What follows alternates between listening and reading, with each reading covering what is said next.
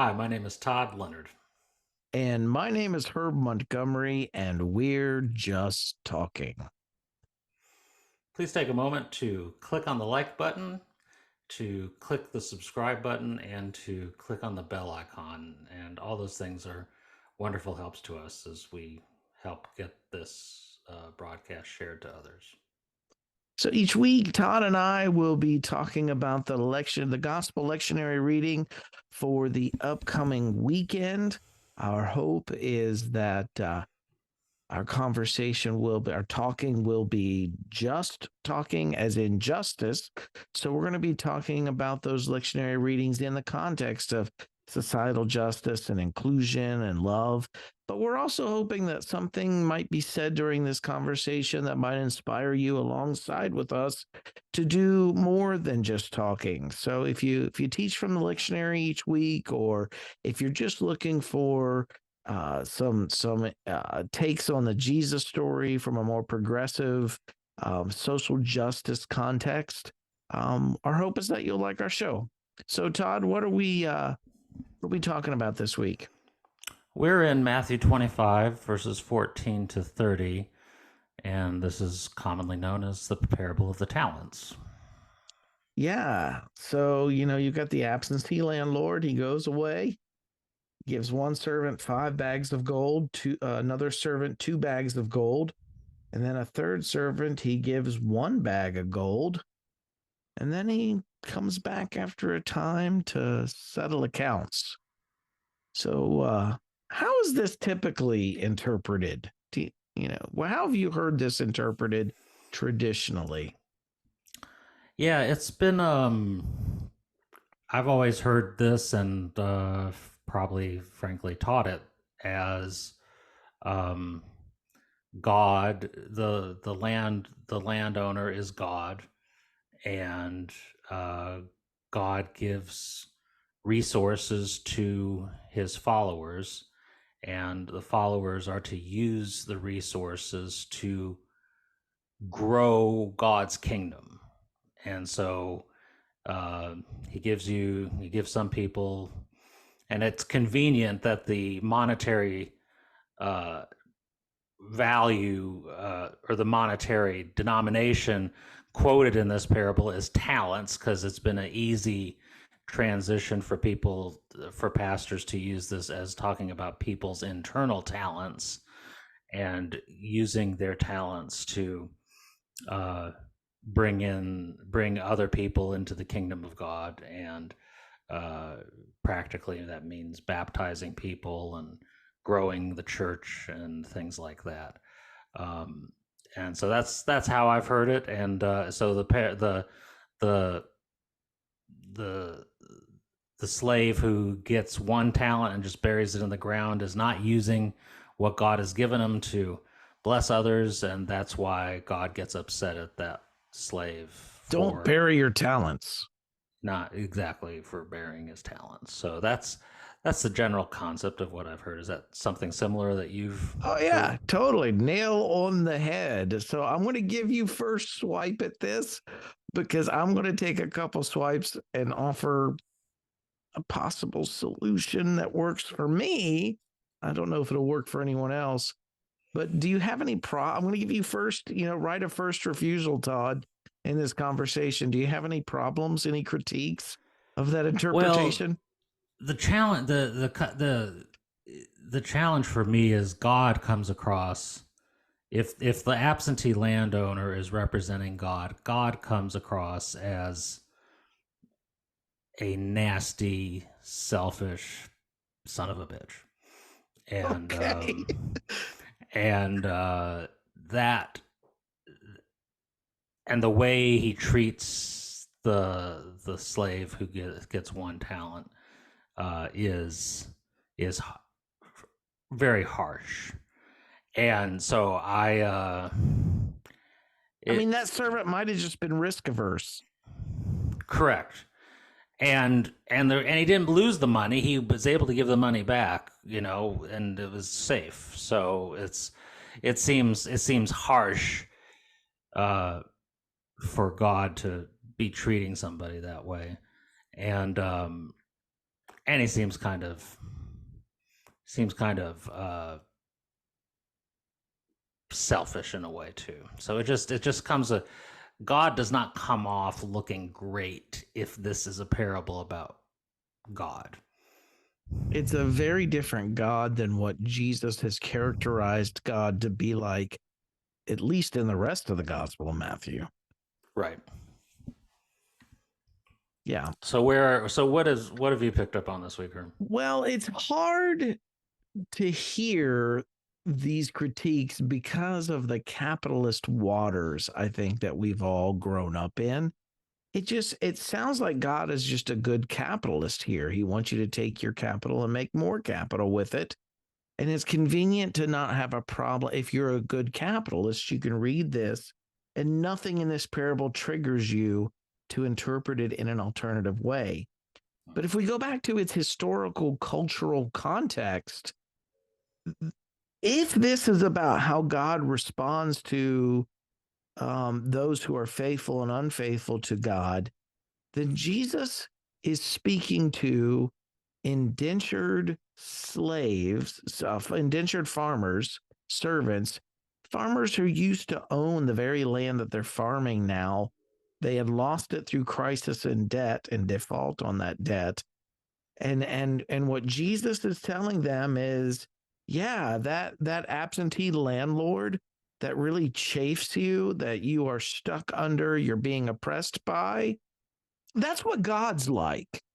So it basically paints God as the oppressor if we take the traditional interpretation of this and apply it in its cultural, economic, political context.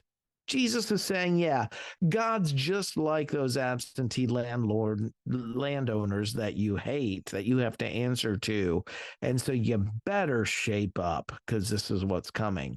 And that's a hard pill for me to swallow, that Jesus would tell oppressed people that God is really like your oppressor. Right. And that just like you said, it again taking this in the context of the other parables and the teachings of Jesus about who God is and what God was and what Jesus was trying to do in his ministry. Um, this this traditional reading of the parable just is, comes completely out of context, and I think that's one of the important huge oversights that most people make is this does not fit with the tenor of the other teachings of Jesus, and therefore it doesn't fit with the picture of God. In the um Gospels, Jesus always paints God on the side of the oppressed, that's right. never as the oppressor. Yep. But they would have said, oh, they would have heard this parable if it's applied to them. They've heard this, oh, God's just like the ones we're trying to be liberated from. And that is deeply disconcerting and challenging. Yeah, it would be, and these people, those listening to this parable would not continue following Jesus if this is the way they understood that God was and how God behaved. They That's they right. would The they early would have. church was comprised of the marginalized and the disenfranchised. And to say that this is how Jesus intended this parable to be interpreted, it's like trying to fit a square peg into a round hole. It just doesn't Right. line up. No. Yeah. No. So so so I want to back up a little and offer what an alternative interpretation that works for me. But it takes 3 steps in order to see it. And it's a challenge begin again because of our own social location within capitalism. It's a challenge to see this. But first of all, there's a foundation that has to be laid, and that is that there is a deep tradition within Jewish wisdom that we reap as human beings what we sow.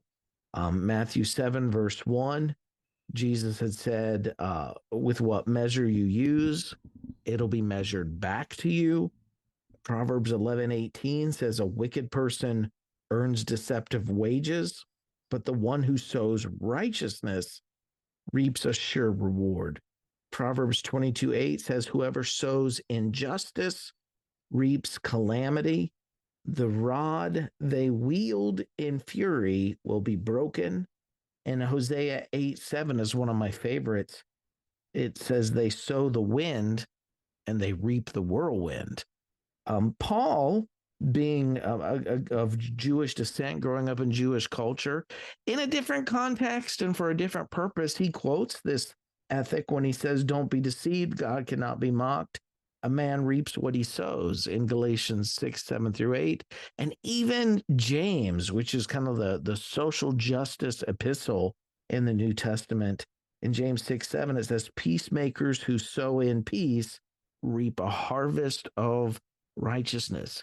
So here's my theory based on this reaping what you sow, and this being with what measure you measure, it'll be measured back to you. What if we change the audience for this parable? In other words, not every truth is for every audience, right? And so if we say Jesus wasn't talking to the indentured servants working the land of these absentee landlords, but he was speaking to the absentee landlords themselves and the way they were oppressing or exploiting those who worked their lands. This makes there's a subtle shift that takes place here. And I want to leave that on the table for just a second and talk about the history. The economic exploitation of these landowners had gotten so unbearable by the mid 60s that the poor people finally revolted around Jerusalem. They rush into the city, they take over Jerusalem, they chase out the wealthy elites, they take the debt records from the temple. This is all in Josephus. They take the debt records that are held there in the temple. The first act of liberation they do is they burn the debt records. There's no more debt. Jubilee. All debts canceled. All debts wiped out. No more record. And then, feeling like they had, in the wake of all that success of liberating themselves from their economic oppressors among their own people, they, having tasted success, they set their sights on a higher prize. Why stop here? Let's liberate Judea itself, even not just from the wealthy elites. Let's liberate them from Rome itself. And so, using Jerusalem as their center, they launch out on what historians now call the Jewish-Roman War of 66 to 69. And we know that a year after that war ended, Rome finally caught up with their to-do list, and they came back to punish Jerusalem for that war. And in 70 CE, they razed Jerusalem to the ground and burnt the temple and destroyed the temple. And later in the next century, even worse things would be done to Jerusalem. But this was a devastating response, and it could all be traced back to the exploitation of the poor. Economic injustice is always unsustainable. And what if, again, this is the third portion here, what if, taking all this into context, we say that Jesus wasn't talking to indentured slaves saying, God is like your oppressors, a hard taskmaster, reaping where he doesn't sow? What if he's saying, listen, you absentee landlords that are you hard taskmasters, who are harshly treating and exploiting your indentured, don't you also answer to an absentee ruler? Don't you also, in a sense, answer to an absentee landlord? You're the conduit. You answer to Rome. You are the conduit of the Pax Romana. You're the ones, the elite, wealthy, high priestly class. You guys are the ones that are responsible to Rome to keep the peace. And if you keep exploiting these people this way, it's going to come to a head, and you're not going to be able to keep the peace in your region. Your harsh treatment is going to create such a backlash that you're eventually, ultimately going to have to answer to your own absentee rulers and give an account. And they are hard taskmasters too. And you're not going to escape. You're going failing at your duty as an extension of Roman government. You have failed at keeping the peace. You've inspired revolt. You've pushed it to the breaking point, and Rome's going to come down hard on you, because Rome didn't come into Jerusalem and just attack the poor. Rome wiped out everybody, and that's how it works in history. I think of climate change right now. It would be a lot easier for us to voluntarily make choices that would bring us back into balance with our environment. But whether we do or not, eventually, Mother Nature is going to force those choices on us, and it's going to be a lot more violent in the future. And it's not going to affect just the people who've exploited and extracted the earth from the earth and profited off that. It's going to affect everybody. It's going to affect us all. And so I think there's a lot of lessons we can learn here. But my take is, just to make it simple, the hard taskmaster that the audience is going to have to listen to, the audience for this parable is not the slaves, but the slave masters, the absentee landlords. And the hard taskmaster they're going to have to answer to, that they're going to have to answer to the way that people have answered to them, and is going to treat them the way that they've treated others. It's not God, it's the Roman Empire. And we see that happening in history in 70 CE. And again, this was written during a time where they were trying to make sense out of those events around Jerusalem. So that's my alternate possible interpretation. It's about Rome, not God. Yeah, I mean, I think that's really interesting, and I think it's necessary to say that this also seems to be one of the only places where Jesus in his teaching seems to address the Roman Empire directly in his as part. Although in his this would be a more direct, I should say, uh, identification of the Roman Empire's role in possibly in eventually causing this same effect to happen upon the landowners. He's including Rome all the time in his general teachings about oppression and persecution and mistreatment of the poor. That's generally would be Rome would be included in a lot of those passages. So this seems to have a little bit more of a specific application, but it seems to align more with the teachings of Jesus overall, and I think the key clue to the whole thing is talking about the man going on a long trip and being not directly overseeing his land, but being, like you said, an absentee landlord. And I think that is a huge clue to what Jesus is trying to get across and who he's speaking to, because that was the nature of the economic system of the Yeah, time. that was Rome's relationship with Jerusalem, as that of an absentee Mm-hmm. landlord. And there Mm-hmm. were people in charge of Jerusalem in Rome's stead, that they were, that answered to them back in Rome. And also, you have other parables too. There's only one or two, but there's the parable of the guy who goes off, the ruler that goes off to a foreign land in order to be made king so that he might come back.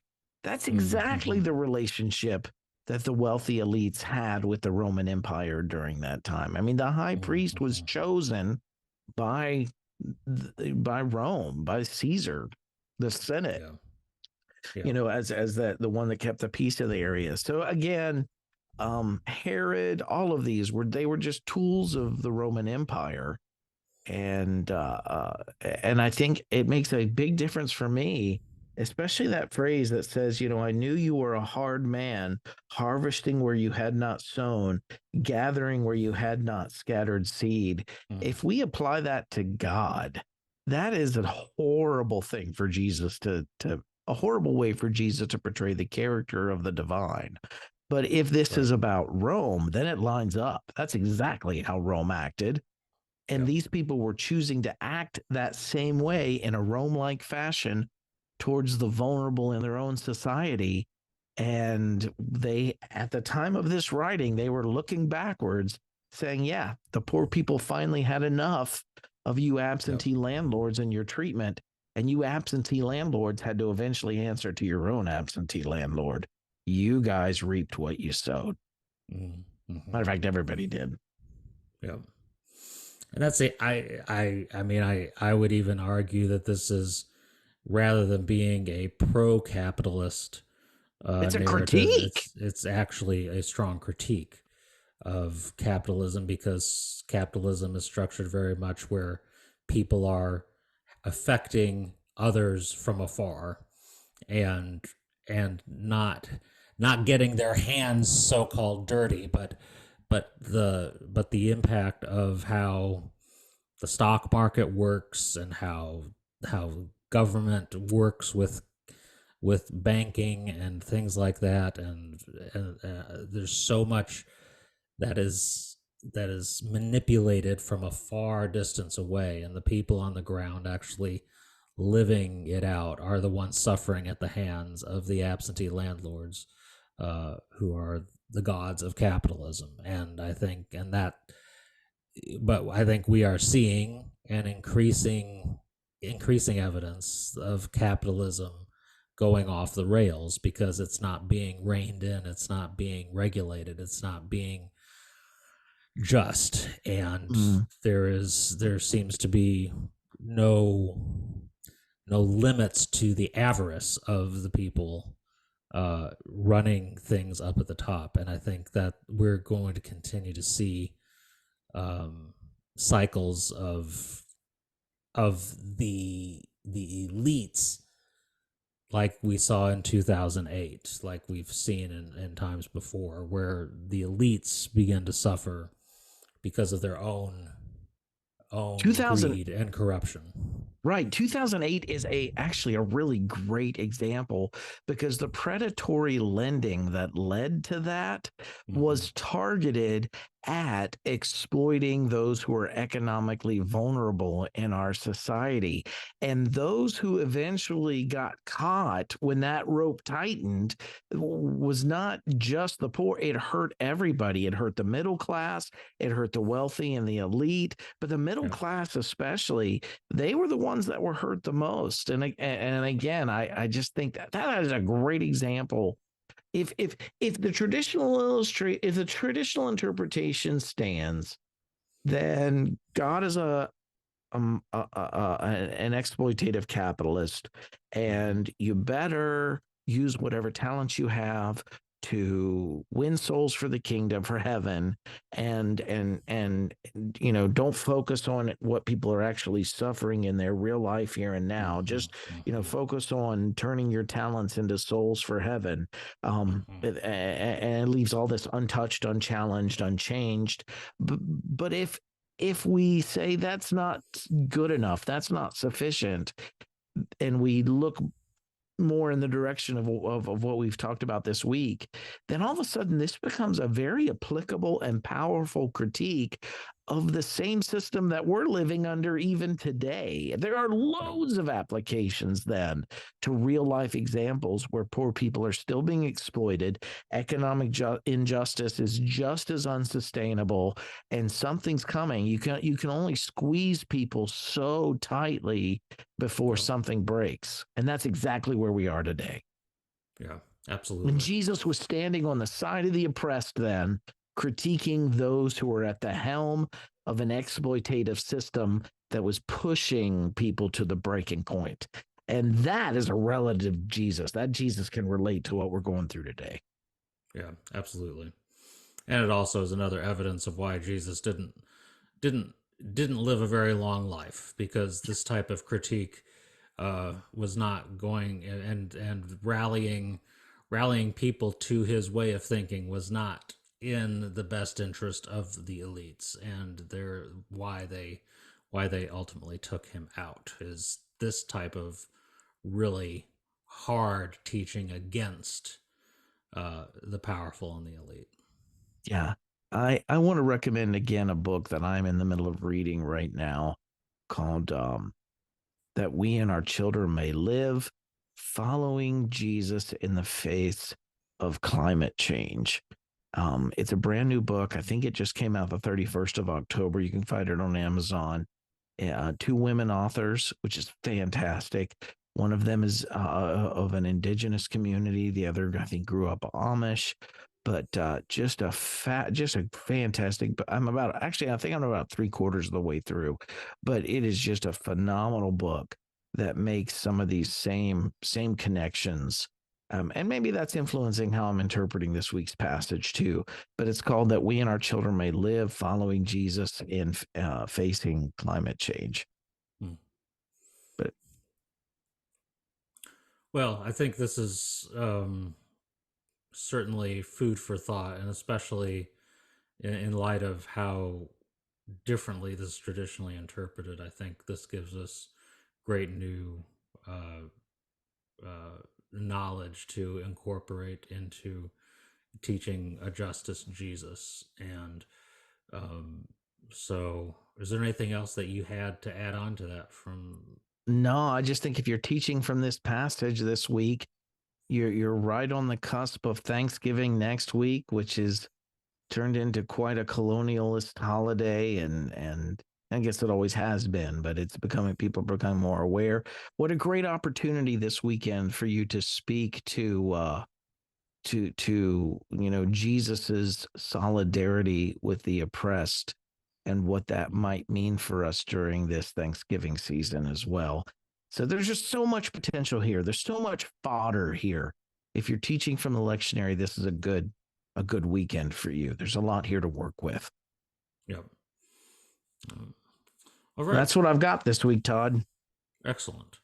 So, where can we get all the resources related to this that you put together each week? Yeah, you Then. can find me at renewedheartministries.com. This week's blog article is entitled Reaping What Is Sown, where all these passages I've listed there. Also, you can find the Jesus for Everyone podcast on that website where I do an episode on this topic. And if you're a Pathos fan, you can find us at Social Jesus, that blog on pathos.com where I talk about it there too. There's loads of information there. And you can even find Todd. I'm just going to go ahead and start including you now, Todd. You can find Todd too at renewedheartministries.com because it leads you to here. That's true. That's true. So, yes, that's about all I contribute right now. But It's all there good, man. there could be more. There could be more. Just reflecting. Just still putting together what I'm going to be contributing to that.